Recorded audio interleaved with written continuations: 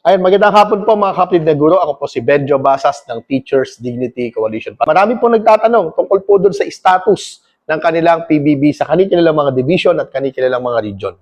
Pero bago ko po sagutin yan, babatiin ko po muna yung mga kapatid po natin dyan sa Central Luzon. Lalong-lalo na yung mga teacher po dyan sa Pampanga High School sa City of San Fernando. Lalong-lalo na kay kapatid na Regina Flores. Ganun din po sa Cancinala Elementary School ng Apalit, kapatid na Janet Silvestre, at sa dalawang paaralan po dyan sa Lubao Elementary School, kay kapatid na Berna, at sa San Pablo II National High School, kapatid na Yolanda Bacani. Maraming salamat po mga kapatid dyan po sa Pampanga, sa patuloy po ninyo na pagsubaybay at pagsuporta po sa Teachers Dignity Coalition. Ngayon, balikan po natin yung tanong ng ating mga kapatid, no? Ano daw ba yung status? Napakahirap naman po iisa-isahin natin from time to time. Yung status po ng inyong mga division or ng inyong mga region. Ang akin pong payo, meron pong website ang DBM. Nandun po yung mga SARO releases. Pwede po nating tignan. Yung akin pong sinishare ay galing din naman doon at yung mga advance po na mga info ay binibigay po sa atin ng mga kaibigan ho natin sa DBM.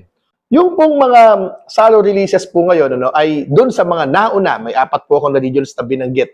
Kinakailangan po muna yung papel na ipinasa ng central office natin sa central office ng DBM ay i-endorse ng DBM Central Office to DBM ROs para doon sa pag-release ng SARO for funding. Yun na po yung last stage.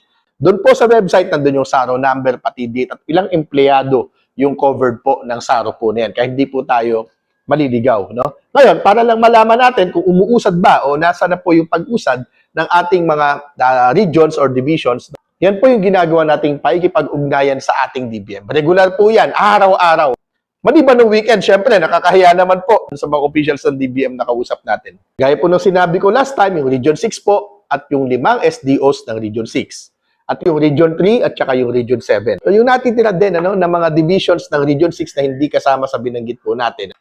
Yung remaining 3 divisions na nandyan po sa Panay Island at yung mga divisions po na nandyan po sa Negros Occidental na ngayon ay part na ng NIR. Ginagawa naman po ng ating mga kasama sa Department of Education, sa ating mga division offices, at saka sa mga regional offices po natin yung kanilang mga trabaho. Huwag po tayo magalit, huwag po tayo mainip. Naunawaan ko kung bakit po tayo naiinip o bakit yung iba ay nadidismaya. So again, pwede po ninyong buksan ang website at para doon sa mga advance info, pwede po kayong tumutok sa aking page at sa TDC. Yun lamang, maraming salamat po ulit. Pampanga, Babalacat, Angeles, at San Fernando divisions. Sa inyong patuloy na pagsubaybay at patuloy po na support